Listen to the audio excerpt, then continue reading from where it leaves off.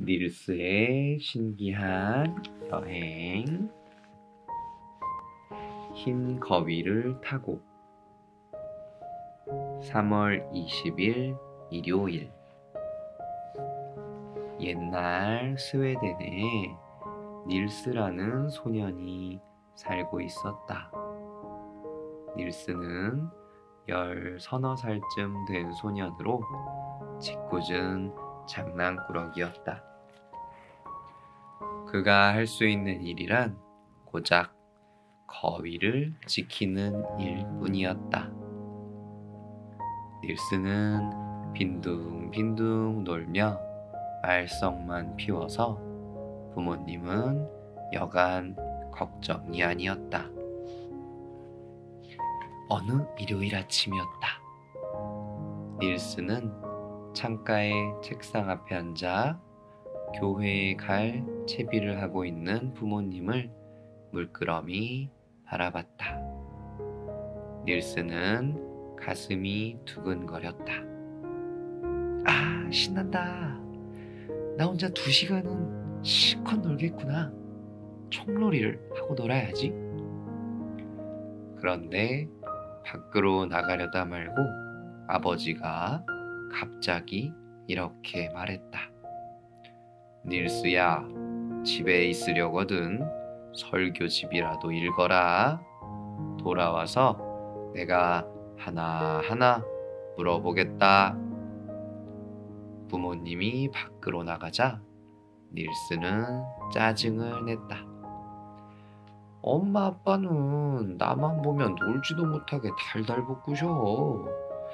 오늘도 놀기는 틀렸어. 닐스는 책상 앞에 있는 팔걸이의 의자에 앉아서 억지로 설교책을 읽어 나갔다. 날씨는 아주 맑았다. 닐스가 살고 있는 벤맨헤이 마을은 스웨덴 남부 스코네 지방 남쪽 끝에 자리 잡고 있었다. 그래서 북쪽은 눈에 덮여 있지만 이곳은 봄바람이 불어왔다. 닐슨에는 농사를 짓는 가난한 집이었다. 그러나 닐슨은 공부에는 취미가 없고 집안일도 제대로 거들어주지 않았다. 뿐만 아니라 심술궂게 굴어서 집에서 기르는 동물들도 못 살게 굴었다. 닐스는 자나 깨나 말썽만 부렸다. 책을 읽던 닐스는 스르르 졸음이 왔다. 닐스는 방금 금방 잠이 들었다. 한참 자다가 눈을 뜬 닐스는 깜짝 놀랐다. 거울 속으로 어머니의 옷장이 활짝 열려있는 것이 보였다. 엄마는 옷장을 항상 꼭 닫아두시는데 혹시 도둑이 들어온 건 아닐까? 닐스는 무서워서 거울 속을 가만히 살펴봤다. 그때였다. 옷장 가장자리에서 검은 그림자가 움직였다. 자세히 보니 그건 난쟁이였다. 난쟁이의 키는 10cm쯤 되고 늙어서 주름살 투성이었다. 난쟁이는 차양이 넓은 검은 모자를 쓰고 반바지에 검정 외투를 입고 있었다. 저놈을 옷장 속에 가둬놓자. 닐스는 매미채를 들고 획 휘둘렀다. 난쟁이가 그물 속에서 낚아채었다. 닐스는 매미채를 막 흔들었다. 나를 불어주면 옛날 돈 한 입과 은수저 한 벌, 커다란 금화도 한 입 줄게. 난쟁이가 그물 속에서 사정하자 닐스는 손을 멈췄다. 더 좋은 약속을 받아내야지. 요술의 힘으로 설교를 외울 수 있게 한다든가. 생각이 달라진 닐스는 다시 매미채를 마구 흔들었다. 그때 누가 닐스의 뺨을 세게 후려쳤다. 닐스는 나가떨어져 정신을 잃었다. 닐스는 가까스로 정신을 차렸다. 난쟁이는 온데간데 없고 집안이 조용했다. 옷장 뚜껑도 닫혀 있고 매미채도 벽에 걸려 있었다. 닐스는 책을 읽으려고 책상 쪽으로 걸어갔다. 그런데 아주 이상해졌다. 책상 있는 데까지 한참 걸어가야만 했다. 의자도 무척 크고 높아서 기어 올라가야 했다. 설교책도 올라타지 않고는 한자도 읽을 수가 없었다. 난쟁이가 모든 물건을 요술로 크게 만들어 놨구나. 닐스는 거울 속에 난쟁이의 모습이 비치는 것을 보았다. 이번에는 꽃갈 모자를 쓰고 가죽 바지를 입은 아이였다. 나랑 모습이 똑같잖아. 닐스는 깜짝 놀라 손뼉을 쳤다. 그랬더니 거울 속의 난쟁이도 손뼉을 쳤다. 그 난쟁이는 닐스가 하는 대로 따라했다. 난 어떡하면 좋지? 내가 요술에 걸려 난쟁이가 돼버렸나 봐. 닐스는 겁에 질려 벌벌 떨었다. 아니야, 조금만 있으면 본래 모습으로 돌아가게 될 거야.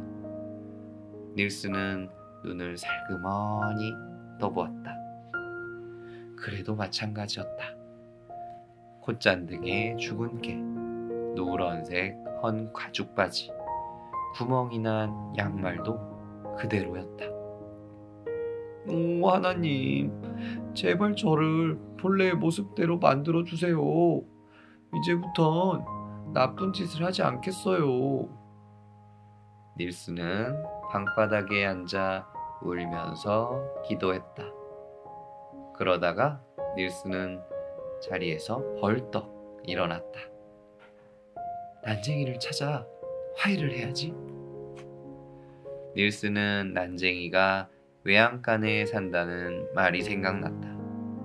닐스는 작아진 나막신을 신고 문틈을 통해 밖으로 나갔다. 가위를 지키는 닐스 홀게르슨을 봐라. 짹짹! 참새가 추녀 끝에서 외쳤다. 거위와 닭도 닐스를 바라봤다. kok콕, 저것 봐라. 내 벼슬 잡아당기더니 벌을 받았어. 아이 참 고소해라. 저 애를 누가 저렇게 만들었지? 닐스는 짐승들의 말을 알아듣는 게 신기했다. 난쟁이로 변했기 때문이라고 생각했다. 화가 나서 돌멩이를 던졌으나 짐승들은 달아나기는커녕 닐스에게로 달려와 에워쌌다. 이때 고양이 미이가 나타났다. 미이야, 넌 난쟁이가 어디 있는지 알고 있지? 닐스는 난쟁이를 만나 요술을 풀어달라고 할 참이었다. 그러나 고양이는 알고 있으면서도 가르쳐주지 않았다. 닐스는 고양이에게 한 차례 밟힌 뒤 외양간으로 갔다. 소 3마리도 난쟁이가 된 닐스를 보고 아주 잘 됐다는 듯 소리쳤다. 닐스는 멀리 도망쳐버렸다.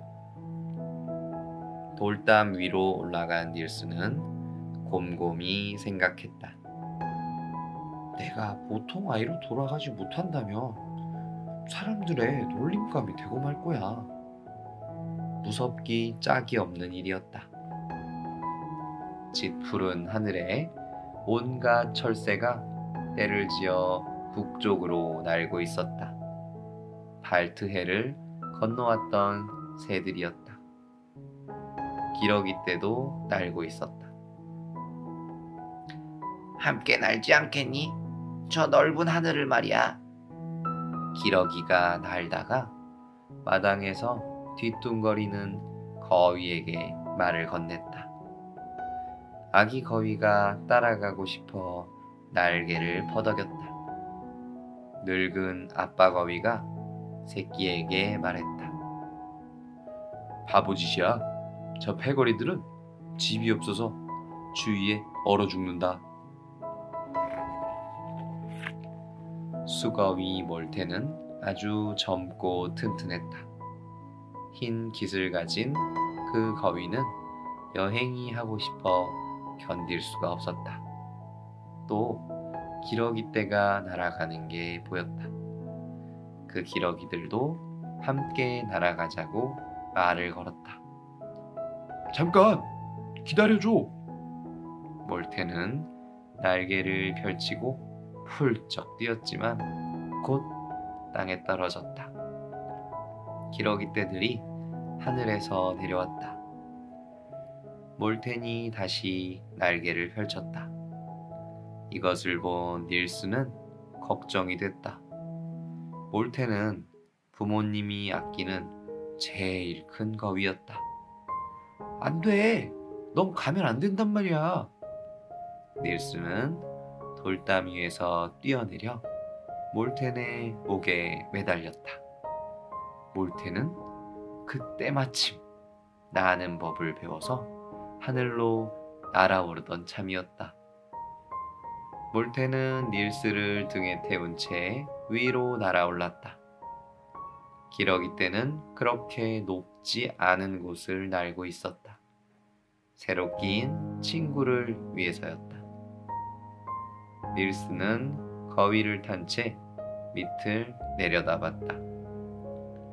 저 네모꼴로 보이는 것은 밭과 목장이야. 옆에서 날고 있던 기러기가 가르쳐줬다. 시간이 지날수록 닐스는 거위 등에 탄 것이 익숙해졌다. 사방을 둘러보니까 수많은 새떼가 하늘을 날고 있었다. 모두 북쪽을 향해 날고 있었다. 욜드베리아 설탕 공장도 내려다 보였다. 닐슨의 집에서 멀지 않은 바다 가까이에 있는 도시였다. 닐슨은 작년에 이 공장에서 거위지기로 일한 적이 있었다. 이처럼 유쾌한 공중여행을 하다니. 닐슨은 슬픈 생각이 싹 사라져버렸다. 아카님! 케브네카이세 아카님! 옆에서 날던 기러기가 맨 앞에서 나는 기러기를 불렀다. 왜 그러느냐? 흰 거위가 처지고 있습니다. 나는 방법을 가르쳐 주어라. 몰테는 아직 나는 방법이 익숙하지 않아서 자꾸만 밑으로 내려갔다. 아카님, 흰 거위가 위험합니다.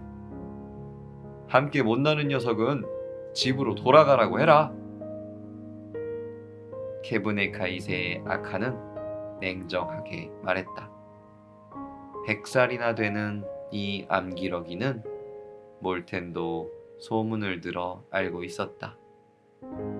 어떤 훌륭한 기러기라도 아카를 존경하고 따랐다.